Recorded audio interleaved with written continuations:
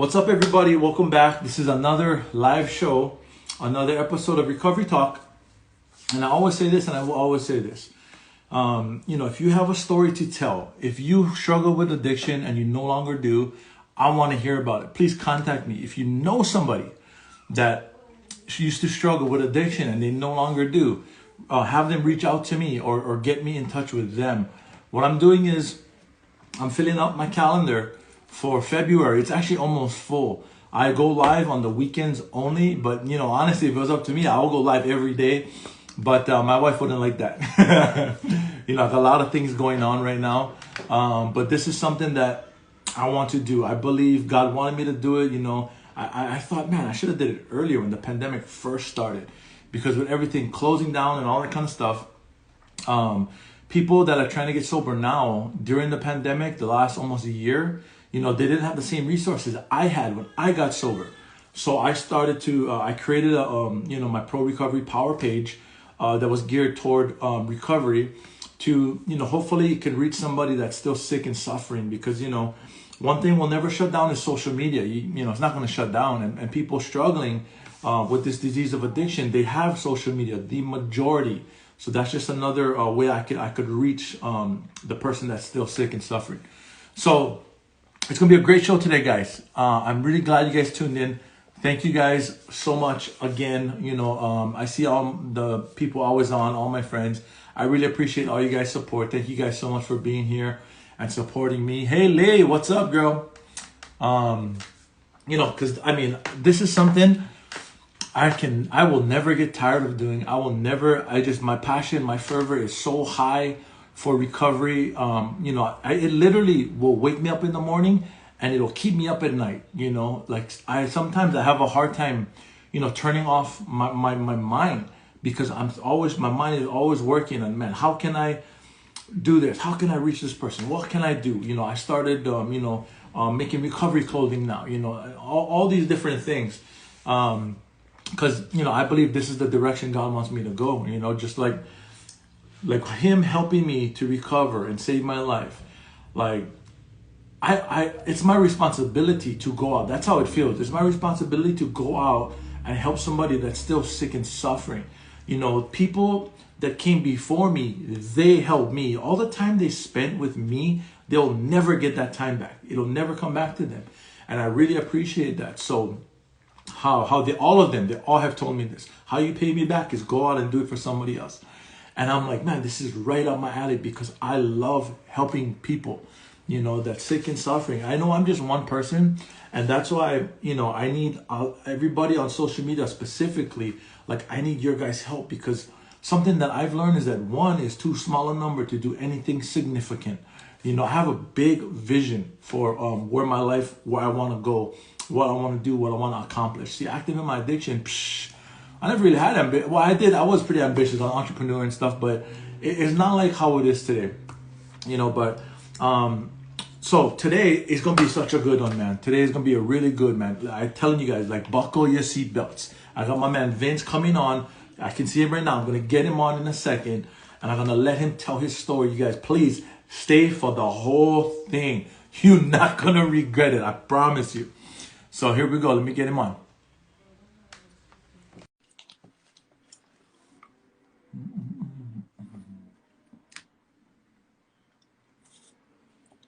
Charlie B. Hey, you got to come get your shirt, bro. What up, Vince? Hey, what's up, man? How you doing? What's up? I'm doing good, bro. Chilling, chilling. Man, I'm so excited, man, that you agreed to do this, bro. We talked before, and the first time I heard this share, I'm like, bro, people gotta hear what this guy has to say, man. It's just amazing, bro. Your story, I'm not gonna give it away or anything, but I really, really appreciate it, man. Doing stuff like this, carrying the message, this time that you're spending here, you'll never get it back, bro. And I appreciate that, man.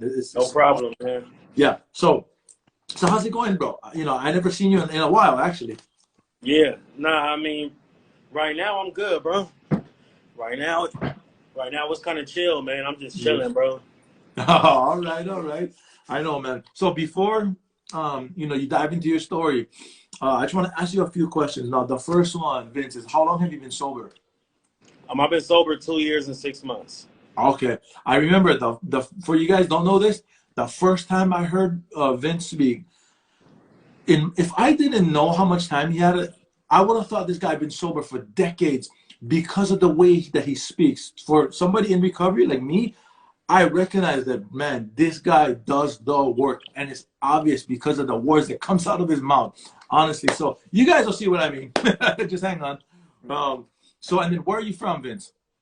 I'm from South Central LA, man. Right All now, I right. live in the Antelope Valley. I've been up here for a couple of years, but I recovered in South Central.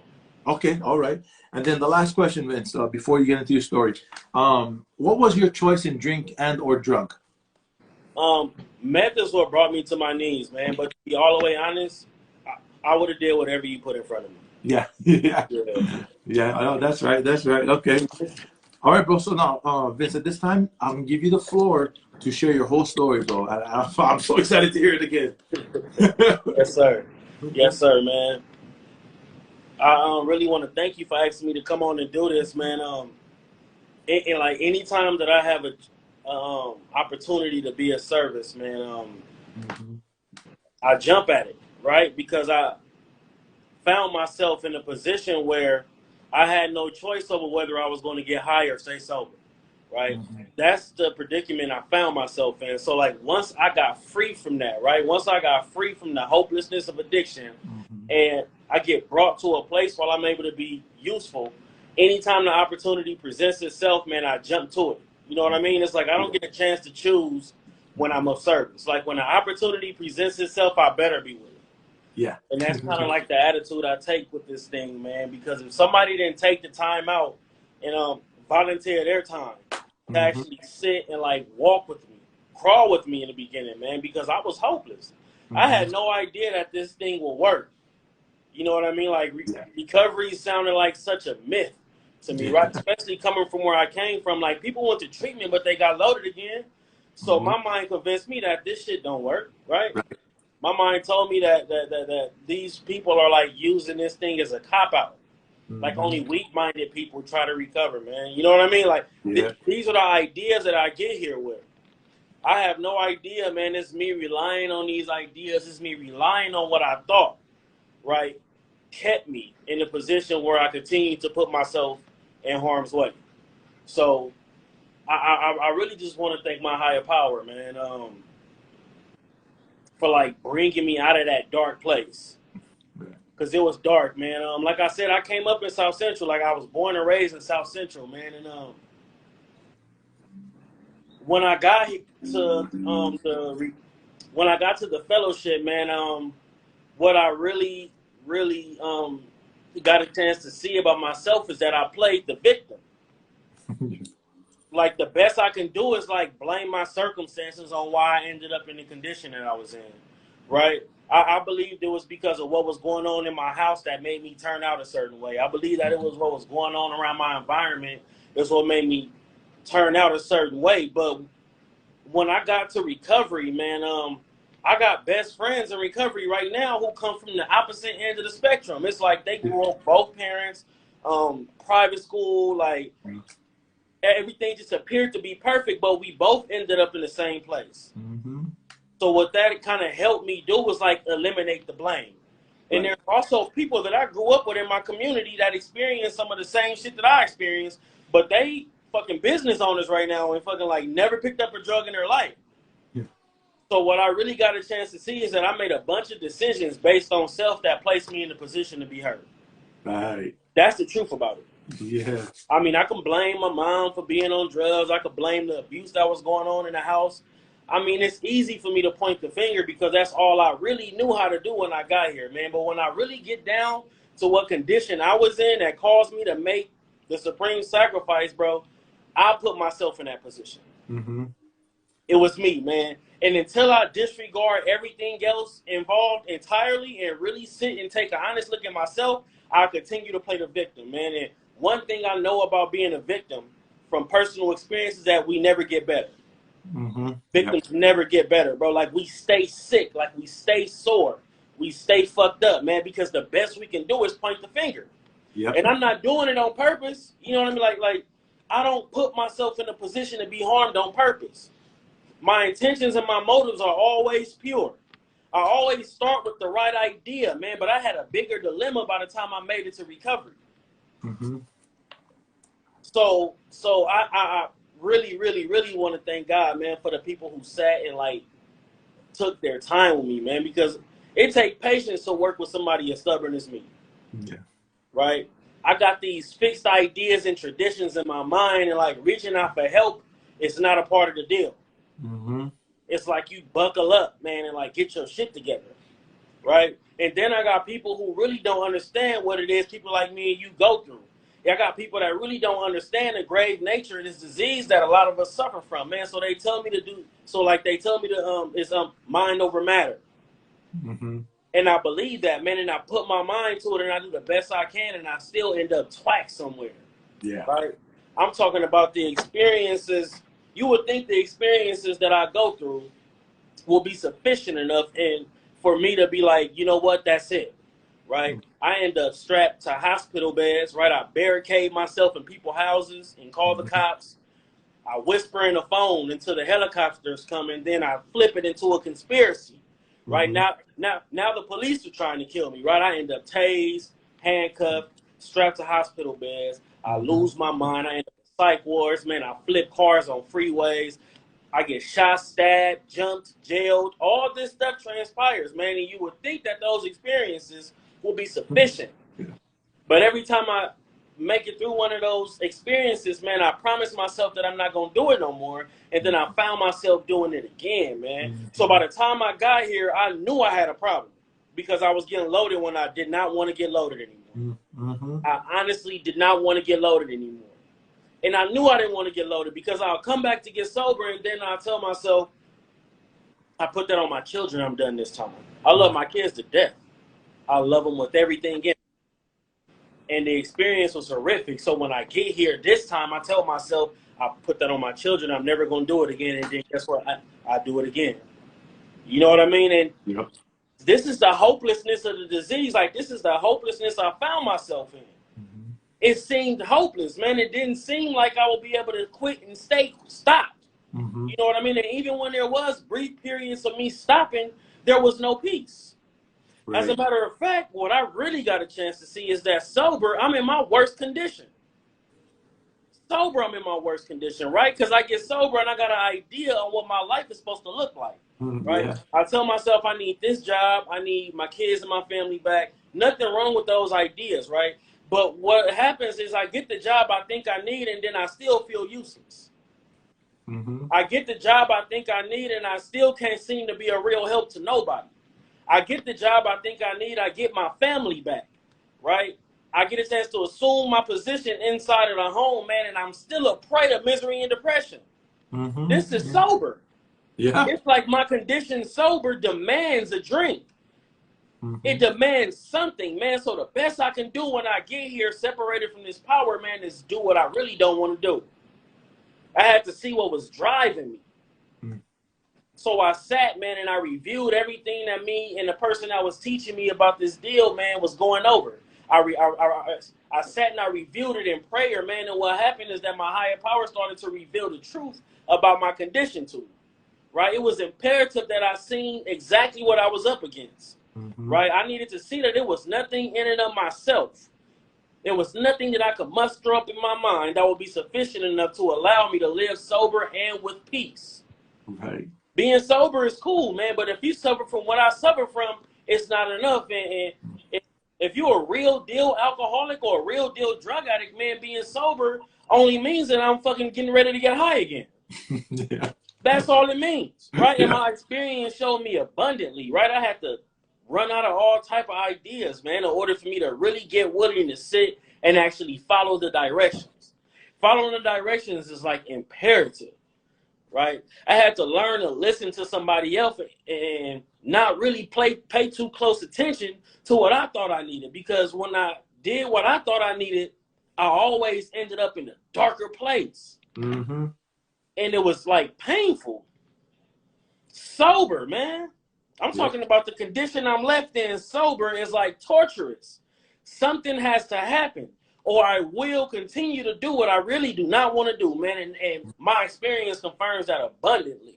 Right? So I get here and then I get a chance to see what it is I'm really up against, right? I got a chance to see that I did not have the power to keep myself from getting loaded, or I did not have the power to live sober in peace. I had to see that, right? Because in order for me to seek any sort of power with everything in me, I have to see that like a power was my dilemma. I had to see that. Like I don't know what nobody else's deal is, man. You might not be as hopeless as I was, man, but I needed to see that I had no power, choice, or control over whether I fucked over myself or not. If I don't see that, man, there's no way that I'm going to pursue this thing wholeheartedly. I'll start, right? And then I'll do it in a way that's half measured. Right? Because I'm still holding on to these ideas. Yeah. And then I hear people saying you get into this program, what they say, you get out this program, what you put into it. So my mind is like, okay, I'm gonna do it just a little bit. I said, if I do it just a little bit, then at least I get a little bit of what they're talking about. But what I get a chance to see is when I do it a little bit, I get nothing. When I do it halfway, I get nothing. It's like a waste of time, man, and I'm setting myself up and don't even know it. The best I can do is look outside myself for a solution. And this is like a human thing. This is a human thing, right? I'm taking somebody through the process right now that's never did drugs or alcohol in their life.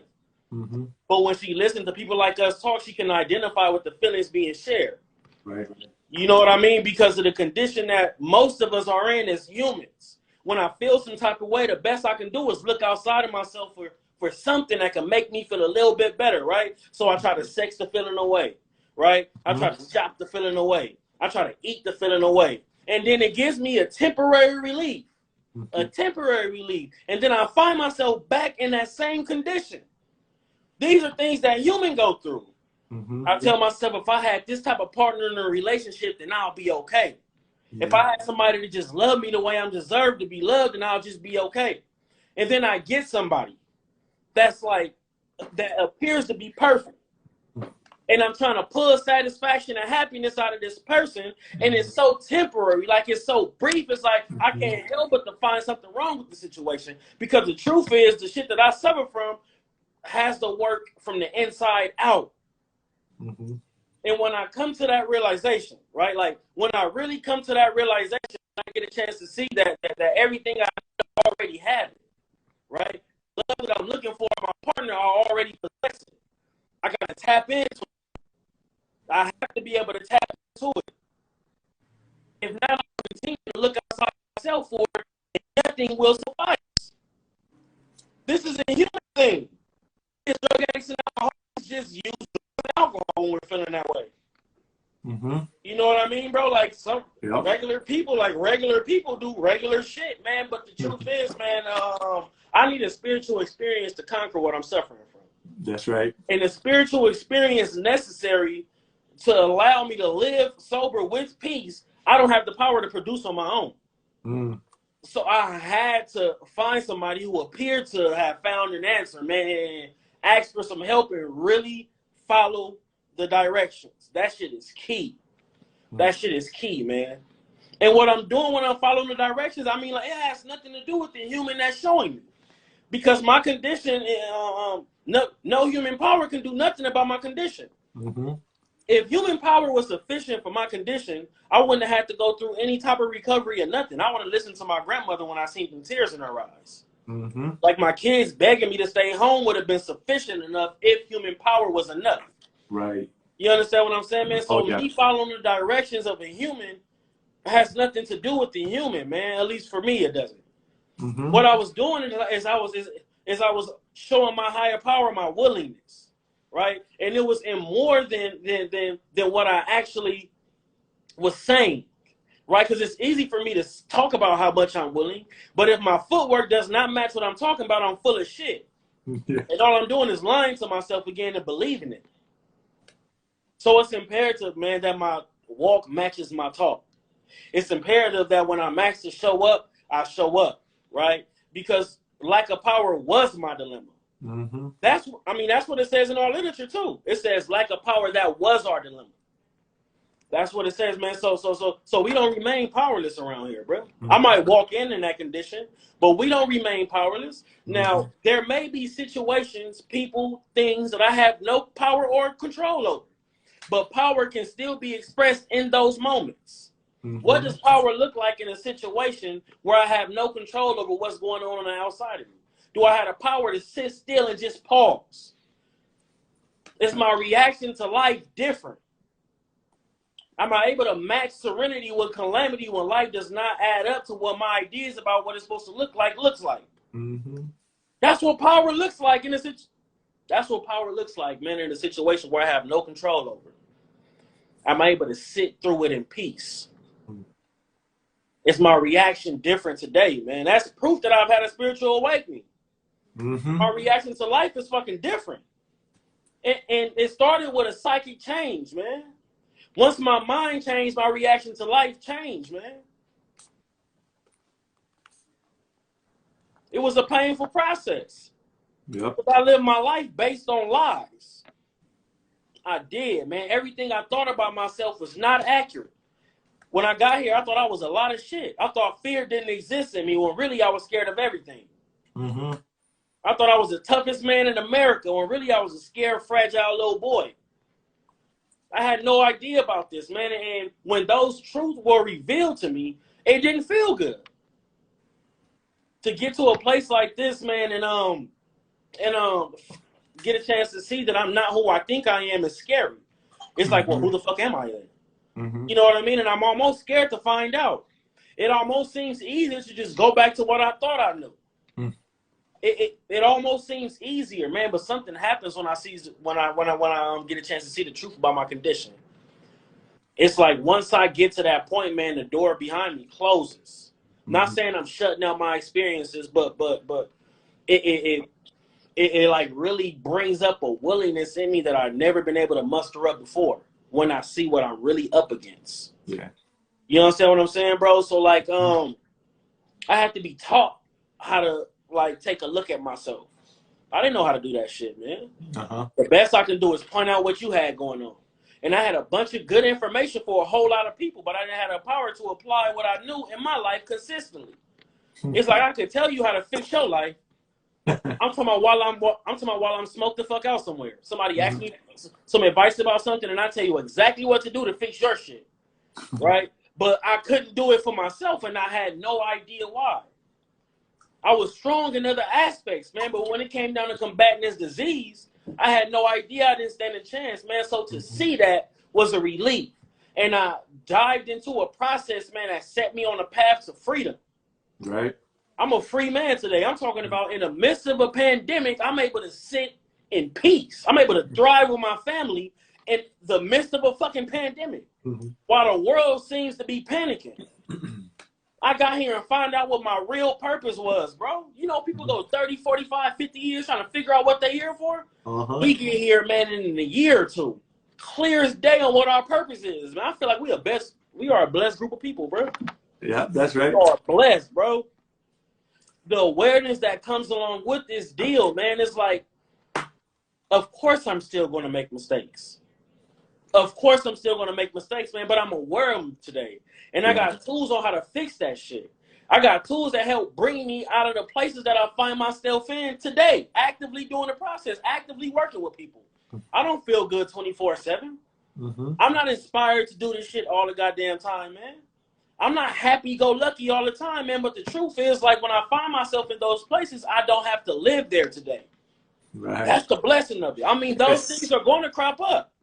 Selfishness is going to crop up, man. Resentment is going to crop up. Fear is going to crop up. But I do not have to live there today. Uh-huh. And I owe it all to this process, man. I'm telling you, I owe it all to this process, man, because it helped me develop a relationship with my higher power, man. Yep. I'm consciously connected to a God of my understanding. That shit is important to me, man. Nothing is more important than that, man, because without that, man, I'm a dead man walking. Right. Whether I'm sober or I'm loaded. So if you're on this live right now, man, and you struggling, man, you do not have to fucking live there. Yeah. It's people that'll help you, man. I'm qualified to help you. Mm. The God of my understanding stood me up and really brought me to a place, man. I'm qualified to help, man. You just gotta fucking do your part and reach out. That's right. Let people know what's going on with you, man. Nobody's alone in this world, even though it may seem some of our experiences. It's like some of our experiences makes us feel like we're so alone and nobody's ever went through what I'm going through. I remember waking up depressed and just telling myself, nobody understands. Uh-huh. You know what I mean? Like just Uh-huh. super dark, man. Just like super fucked up, man. But when I reach out, man, I get a chance to see that I'm never alone. As a matter of fact, I was never alone. Uh-huh. I told myself I was alone and I believed it. And I sat there, man, and it became normal to the point where when I was really fucked up, I didn't even know I was fucked up because it became so normal. Right. Mm-hmm. You understand what I'm saying, man? Oh, yeah. But like this thing promises freedom. It's better than relief. Relief is fucking temporary. Uh-huh. Relief only lasts for that long, man. I need freedom, and I need the tools necessary to help me maintain that freedom. You understand what I'm saying, man? And I fucking really got a hold of this shit, bro. I'm not saying I got it, but I practice following these directions every day. And just because I identify as a recovered addict does not make me exempt from getting loaded again, man. Right, me too. I'm clear, man. My experience shows me that I will get loaded again. I will get loaded again, man. But I got knowledge of a promise.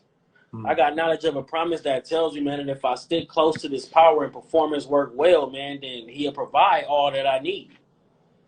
So I jump at opportunities like this, man. I thank you again, man. Like, I really appreciate doing shit like this because what I really get a chance to see is that you guys are doing more for me than I'm doing for you guys right now. When you ask me to show up, you are doing for me way more than I can do for you right now. I'm just talking. I mean, it might sound good, it might not.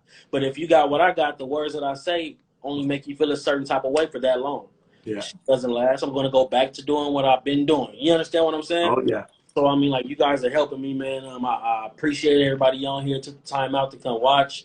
And thank you again, bro. Oh, man. Hey, thank you, Vince, bro. Like, I can relate to every single word you just said. Like, I had a hard time not smiling the whole time because I could identify with everything, literally everything. Yes, sir. That you were talking about, you know, like how I'm the same way. My reaction to life has changed. That's proof that I had a spiritual awakening. Like, Yes, sir. like I do not react the same way. Well, let me tell you the truth. Sometimes I do, but Okay. it's not like a way of life like how it used to be. Right. You know, it's pretty rare.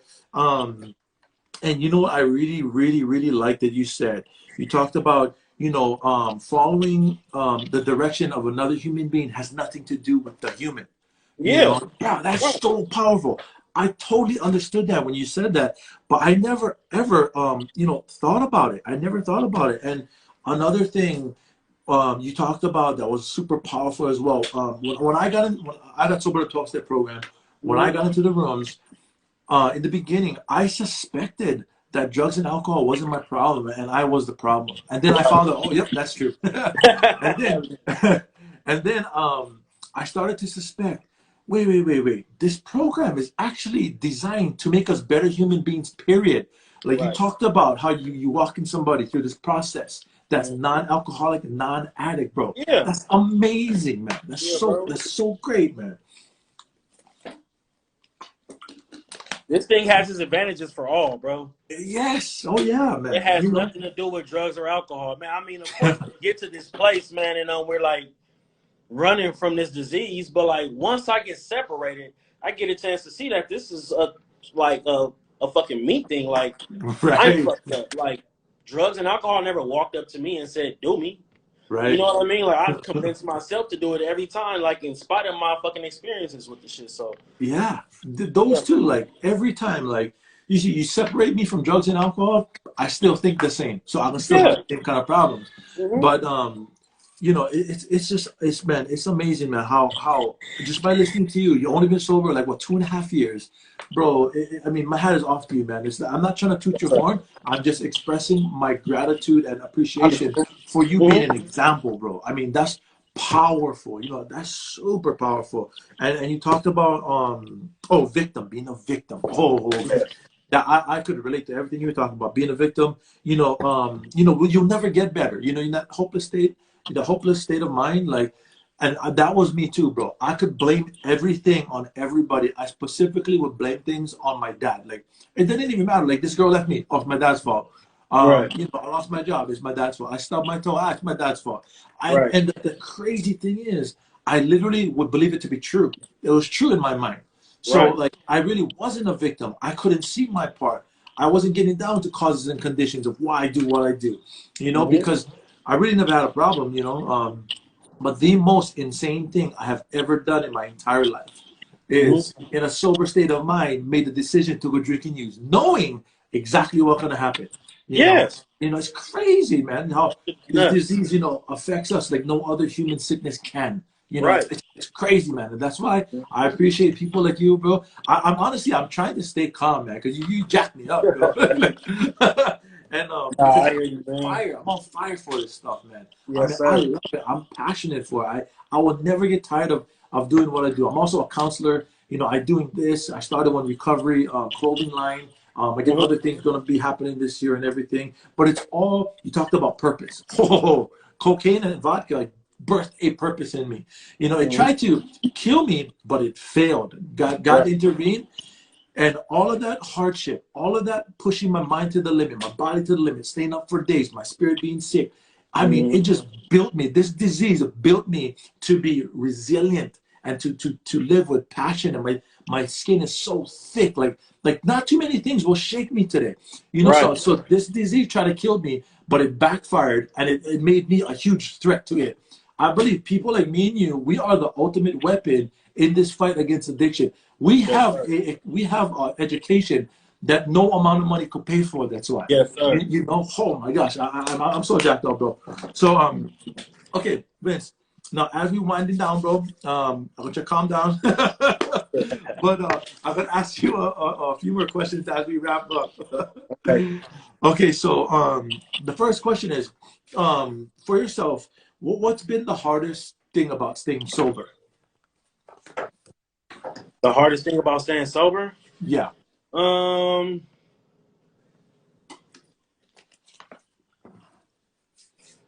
I mean, keeping myself sober is not my job, bro. Okay. All right. You know what I mean? So like, Uh-huh. if I had the power to keep myself sober, I wouldn't be in recovery. I would have just like kept myself sober. That's right. So Okay. like, what I do is I just continue to help people. It's like I'm clear that I'm a fucking servant. You Uh-huh. know what I mean? Like I like that's my position, bro. And I'm clear on who my employer is. So I feel like as long as I continue to show my willingness, then God is standing between me and that insane thought. Right. Yeah, I tried to keep myself sober for a long time, bro. Like that. I mean, it just doesn't work for people like me.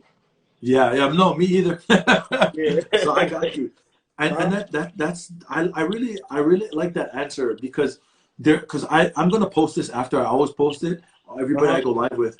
And there are people that are potential alcoholics and addicts, that people that are not, that are friends with me on all social media platforms. Hmm. And that answer you just gave, it's very interesting to somebody who's never struggled with drugs and alcohol. I mean, Right. may be hard to relate because they'll think of an answer like, well, I just continue to go to meetings, or I just work my steps or something. It's not. But if we could stay sober, on our own accord, we wouldn't need meetings. We wouldn't need 12 Fuck steps. no. No, you Hell, know what I mean? I would have Yeah, never been here, bro. Yeah, yeah, we would yeah. have never met, bro. Yeah, no, I know. So that's really good, because I literally cannot keep myself sober either. I heavily depend on God to keep me sober because I Yeah. was far beyond human aid, man. Like you Yes, said, sir. no human power could have saved me. Yes, sir. It wasn't happening. My experience showed me that over and over and over and over. That vicious cycle of torment, bro. Yes, Um, sir. okay, I like this one. You talked about peace.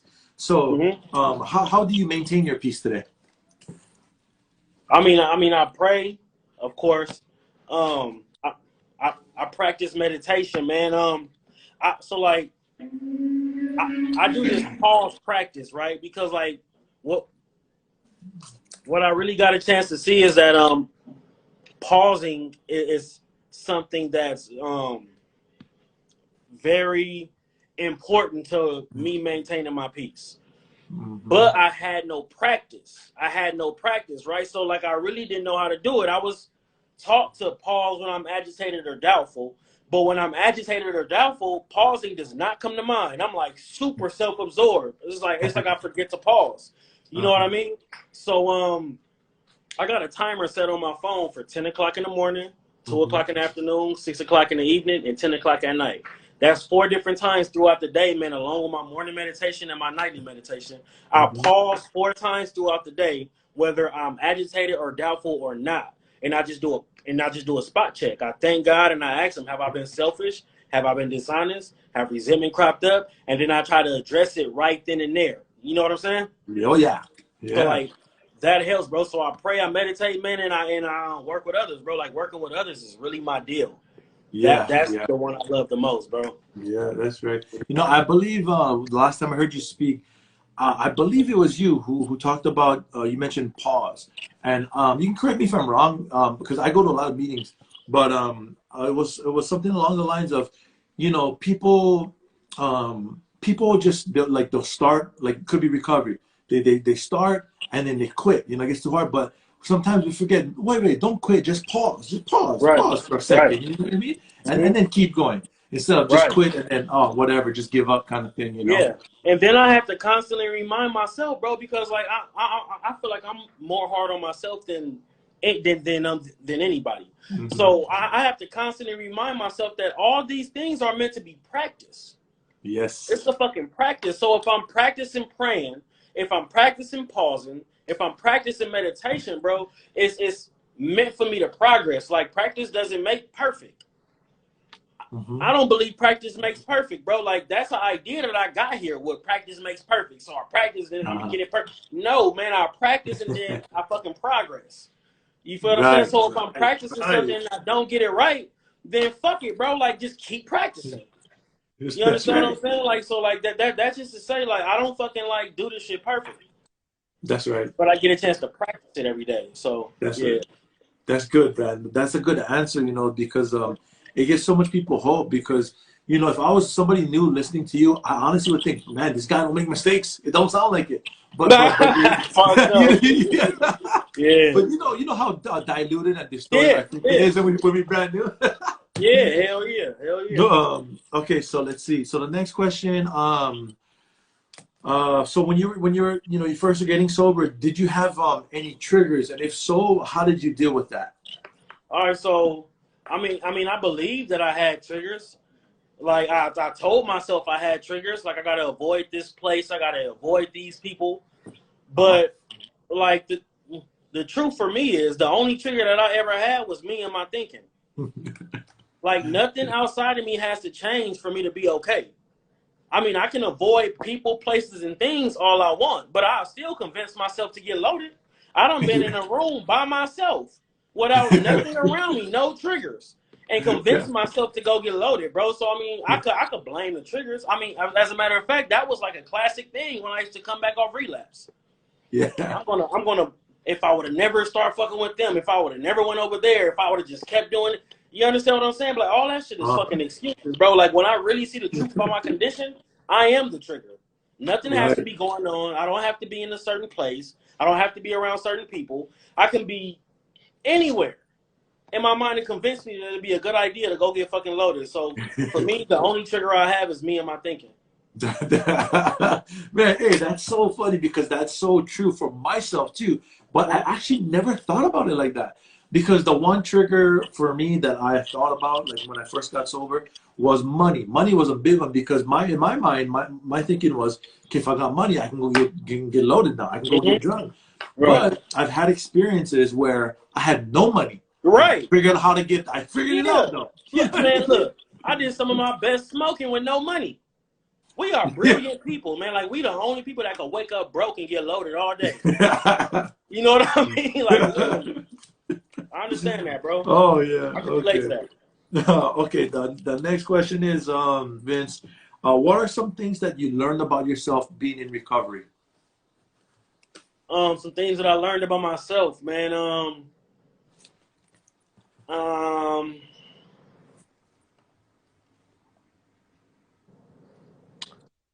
I learned that I'm super hard on myself. Uh-huh. Um, I learned that I have a gift for speaking, bro. Yeah. Like, I'm not trying to toot my horn or nothing, bro, but like something takes over me when I start to share in front of a group of people, bro. And Uh-huh. like, I don't rehearse what I'm going to say, bro. Like, none of the shit I said was wrote down, bro. Like, the shit Mhm. just comes out like that. Yeah. And I see how it like captures the whole fucking room, bro. Like, I could be in a room with 200 people, bro, and it's Uh-huh. like everybody, yeah, bro. So I mean, like, I got a gift for that, bro. And I learned that I'm a good father, man. I told myself I was a piece of shit dad for a long time, bro. But like, Yeah.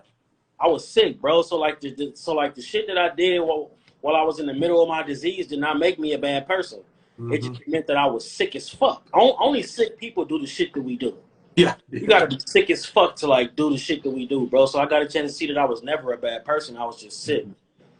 Yeah. Um, You know, that's something that I learned early on too, like what you just said, because I used to feel like that about myself too. And then I heard this lady say in one of my meetings where she said, us addicts, alcoholics, we're not bad people trying to get good. We're sick people trying to get well. I was like, that's exactly me. Because in my right. heart, the bad stuff I was doing, I knew was wrong and I didn't want to do it. I had a lot of remorse. If I didn't, then I'll be like, I would have no remorse, no nothing, Yeah, bro. about it kind of thing. Yeah. Yeah, bro. That's like some sociopath shit. Like to fuck up like that and not feel nothing behind it. Yeah. Yeah. Yeah, bro.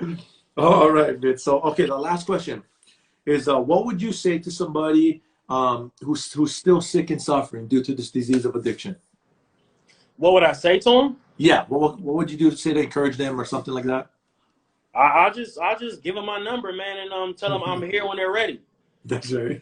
I mean, like that's the best I can do, bro. Because I remember me being like still stuck out there, bro, and like nothing nobody said to me was sufficient. I Uh-huh. had to like smoke the right amount of meth, bro, and like you know what I mean. Like my ass whooping had to be tailor made, like Yeah. for me to come back sweetly reasonable, bro. So I mean, the best I can do is give him or her my number and tell them whenever they're ready, bro. Like I'm here for them. Right. Right. So I know typically in 12-step programs, like from what I learned, is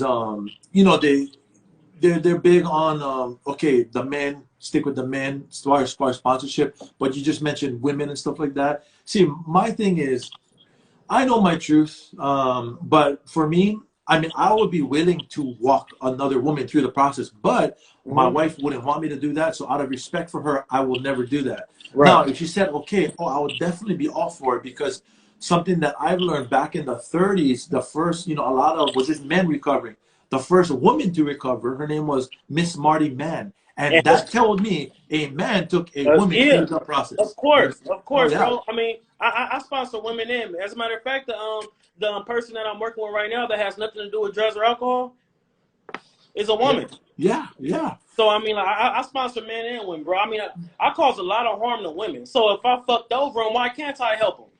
That's right. You understand what I'm saying? So I mean, like, some women are comfortable with having male sponsors, and some are not. Hmm. Some women don't like women at all. Like, you know what I mean? Like when they first come to get sober, like they don't even like women. So I Yeah. mean, Yeah. like, my hand is reached out to whoever, man. I feel like if I'm unable to sit down with a woman and help her without trying to fuck over her, bro, there's something wrong with my spiritual condition, bro. That's right. Yeah. Yeah. Hey Vince, this has been amazing, bro.